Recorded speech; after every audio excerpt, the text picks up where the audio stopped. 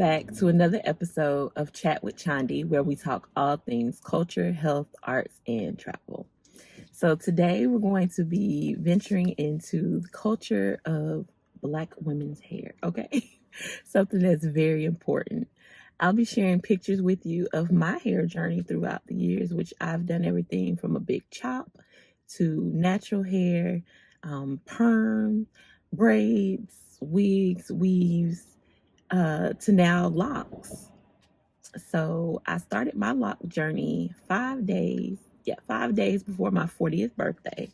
So it was March 15th of this year, 2024.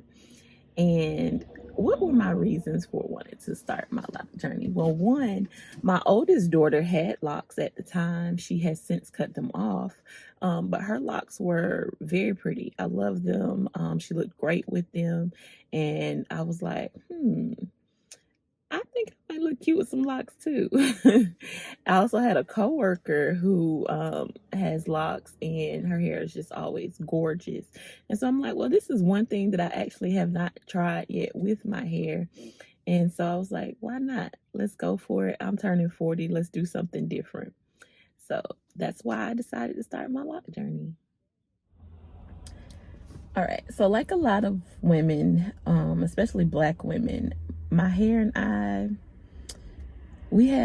I don't know, our relationship has changed a lot over the years. So one of my earliest hair memories is going to the beauty salon. So my mom, she was like not the one to do hair like that for real. So I was one of the kids that I would go to the beauty salon every 2 weeks to get my hair done. I was one of the ones that had a perm early. So I had a relaxer at 5 years old, but my hair was healthy. It was long, it was thick, it was pretty. I'll put some pictures in there so that you can see how my hair looked when I was younger. So I hated going to the beauty salon. Well, I won't say I hated. There were things that I liked and things that I didn't like. So one of the things that I liked was I, thought I was this superstar then too, as I do now. And I would captivate an audience while waiting my turn or in between things. And I would just be talking to everybody and putting on a show for them with different things. So I enjoyed that part of going to the beauty salon. What I did not enjoy was sitting up under the dryer or waiting long periods of time, things like that. So that's why I did not like going to get my hair done. But every 2 weeks on Saturdays, my mom and I would go to the beauty salon, and we would spend all day at the beauty salon. So typically when I was younger, I would get my relaxer, and then my mom would, style my hair in like either maybe like a ponytail up at the top and down in the back and things like that. Special occasion, I might get some crimps or something, or some curls, things like that, to wear my hair. And then as I got older and I still had a relaxer, I began to wear my hair in different styles, such as wraps. That's where it would be down and come into like just a style. I don't even know. I'm gonna show a picture of it, but you would have a part, choose what side you want your part on, and then you would wrap it at night to tie it up and put a scarf on it. So that was my go-to style as I got older. I would also wear French rolls sometimes. I wore a bang for the longest because one of my great aunts always told me that I had a big forehead. But my forehead is not that big. So once I realized that my forehead was really not that big, I stopped wearing bangs. So that's how I mainly wore my hair throughout school, was in a wrap, just plain. That was about it. Never had any color or anything like that. All right, so I can only speak for myself, but I know for me, when I've gone through different changes in my life, whether they're good or bad, stressful or joyful, it makes me want to change my hair. So I know that there have been times when I felt like I can't control anything that's going on around me, but I can control my hair.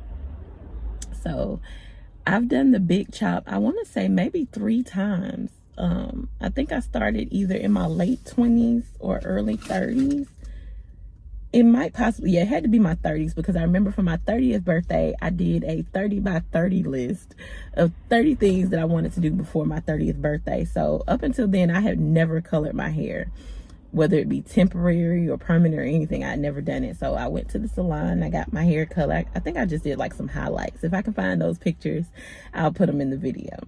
But so I did color at 30, but not too long after that, I chopped all my hair off and just started over. There's nothing like the feeling of going to the barbershop and walking out and being able to go like this to the back of your head. If you've never done it, you got to do it at least one time. But I love that feeling of rubbing the back of my neck and there's no hair there. And I'll show those pictures as well. But I love that. So who's to say I may chop my hair off again at some point, but right now I'm loving these locks too much. So I have an appointment this morning. So ever since I got my hair locked, I locked up on March 15th, like I said, and I've gotten a retwist every month except for September. So I did not get a retwist in September. So as you can see, it is time for a retwist, and I'm letting my gray do what it's doing right now. I'm not coloring it, and it's just there. So we're gonna let it rock out for now. But I have a lock appointment, and I'm going to get my retwist for October. And I don't even know what style I want yet. I usually have something picked out before I go, but this time I have not picked anything out. So hopefully maybe before I get there, I'll pick something out, or I'll let her choose something for me. We'll see. Here I am with my beautiful loctician, Darreana Jordan. I have made it to my appointment, and I cannot wait for her to wash my hair. That is one of the best experiences when going to her shop. She definitely does a great job, and it just feels so good to your scalp. So this is my favorite part that I've been waiting on. So watch me and listen to us as we have a great conversation while she does my hair.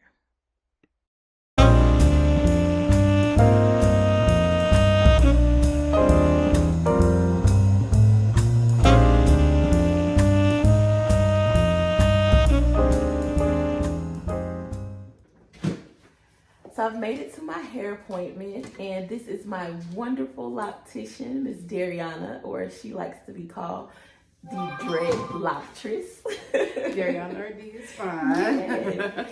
So for y'all who are not new viewers, you may recognize her from one of my earlier episodes about, I want to say 3 years ago, where we did an episode on health. And she is still on her health journey, and I love that. So Darreana and I know each other from elementary school, actually. Probably before then. Maybe before then. I don't really remember a time not knowing her. I feel the same way. So we grew up together, and I used to babysit her, believe it or not. Yeah. Nah, for real though. We used to play together, and it was always a good time. That's right. And so, Darreana, let me start by asking you, have you always enjoyed doing hair? Yes, I have. It's always been fun for me. Mm-hmm. Like, I started doing it, because it was fun, but then after a while, my heart's in it because I just have this thing about wanting to grow hair and take care of hair. So it's a part of me, whether I want it or not, whether I hate it or not, or get frustrated at times. It's in my heart. So yeah. Awesome. I love that. And from someone who you've been doing their hair for a while, I can definitely say you can tell that you have a passion for it and that you really enjoy what you do. Yes. So speaking of having done my hair for a while, Darreana has seen my hair in every stage. The natural stage, yes. The perm stage.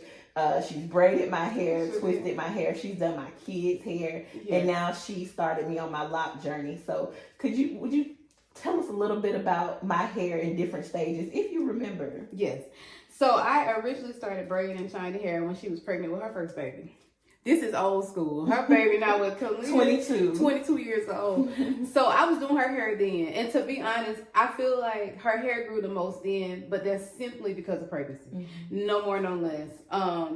But of all the styles that for the record, Chanti's always had beautiful, healthy hair. Let me just put that out there. Mm-hmm. It don't matter what I do to her hair. Her hair has always been amazing. But of course, I'm gonna say when it comes down to the locks, I feel like this is probably the healthiest her hair has ever been. And this one is my favorite. That's, of course, I got a passion and love for locks, of course. But this one's my favorite. But regardless of anything I've ever done to Chinese hair, her hair has always been amazing. She's always had the most beautiful, healthiest hair I've ever seen in life. And still today. You've definitely been a part of that and helping you on that journey. Now, when did you start your lock journey? 5 years ago. I have and China can tell you I've always had long hair. But I just was tired of my hair. I originally cut it bald. If you on my social media page, I got a couple of pictures on there when I didn't even have any hair. And I really enjoyed that. And I think besides locks, that's probably my favorite style. But I started missing my hair, grew my hair back out, hated it all over again. But I didn't want to cut it again. So I was like, let me get these locks. I originally was going to wait for 40. Glad I didn't wait for 40. Right. So I have locks now. It's been 5 years. And I didn't think that I could ever love my hair the way I love my hair with locks. This will be here for life, to my knowledge. Okay. I don't think I'm going to let this go. I may trim some length off, but I don't think this is my style. Yes. Now, I did wait until 40, and one of my first thoughts was, I wish I had done this sooner. Everybody says that. Everybody says that. That's true. Now, with you being a wife, a mother, a loctician, and a student, how would you say you managed to handle that work-life balance? China, are you trying to be funny to ask me that question? Let me tell you something. I don't know. I am literally going day by, no, that's a lie. I am going second by second. Not even to bring it up, even down to this interview today. It's a gracious thing that I'm able to do it because... And we appreciate that. I halfway read a message. I responded at night. You know what? Honestly, all jokes aside, I have a therapist. That helps me sort out a lot of my stuff. And I'm always going to advocate for mental health. I know that's right. So that is a big thing for me. But literally, it's just day by day. I know I joke all day, but I am really, really organized. I set my schedule 1 month ahead every single month. Well, she's real about that, guys. Yeah. When I tell you got to go and get your appointment in, or you won't have one. That's right. And it's set on automatic, so I don't have to worry about it. I got it set now with school. I'm able to, do my work, do my clients, then after that, I get to exercise a little bit. I get to rest a little bit, and then I get enough time to go to sleep. Then enough time to spend some time with my husband and my children, and then I go to class at night. That sounds amazing. I love it. But you're making it all look good, though. That was hard, though. I am complaining, okay? I'm doing it. I'm going to complain all the way through. But I'm here. And we're thankful that you are. Thankful that you are. Now, what would you say led you to start doing locks only? Because you used to offer other services. Sure did. So, you know what? I'm going to be completely honest with you. My heart is always hair first.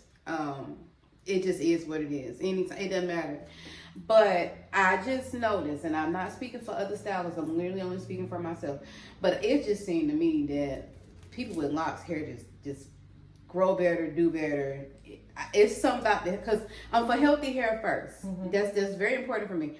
And it just seemed like with my natural clients, my relaxed clients, and my lock clients, if it came down to me picking a choice of whose hair was always doing better, it always came down to locks. Also, another thing too, my lock clients listen to me a little better than now they don't still halfway listen, but the clients with the locks seem to have listened to me just a little bit better than everyone else.